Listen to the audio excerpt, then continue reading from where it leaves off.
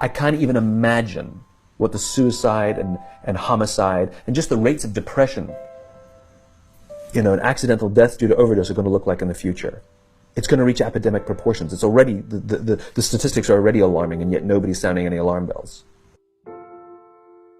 Parents have to intervene. We have to stop giving our kids free access to social media and phones at young ages. They are not ready for it. Their minds cannot cope with the dopamine. They can only have it up to a certain hour, and you take it away.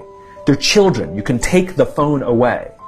We've got to intervene as parents. But as companies, we now have to deal with the influx of kids that are coming into our companies with addiction.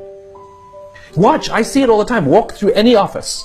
You'll see the older employees have their phones on the sides of their computers as they're working. You'll see the youngest employees have their phones face up in front of their keyboards between their arms as they're working. And this is how they work.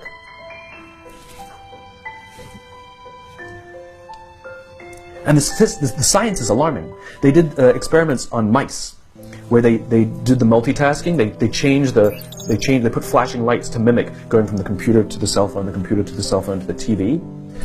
The mice that were exposed to the changing lights, it took them 3 times longer to solve a maze than the mice that weren't, and the damage was permanent. There is a subconscious reaction to these devices when we use them, okay?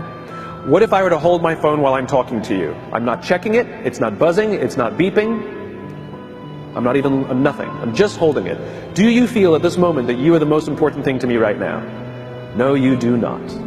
Because there is a subconscious reaction we have to the device. When it is out, it makes the people around us feel that they are less important. So when we're walking down the halls in our offices and somebody says, hey boss, can I ask you a question? You go, sure, what's on your mind? We've just told them they're not that important. Or we can go, sure, what's on your mind?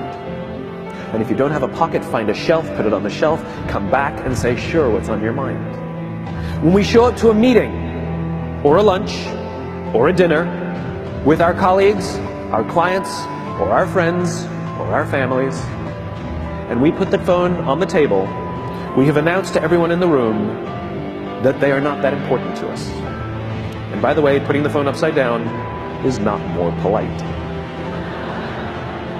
My favorite one is in the meeting or at a lunch with someone that the phone will ring and the caller ID will pop up and they will go, I'm not going to get it.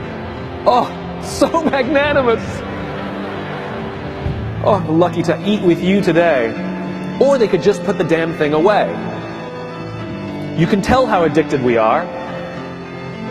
When somebody pulls out their phone when you're with them, how uncomfortable does that make us feel?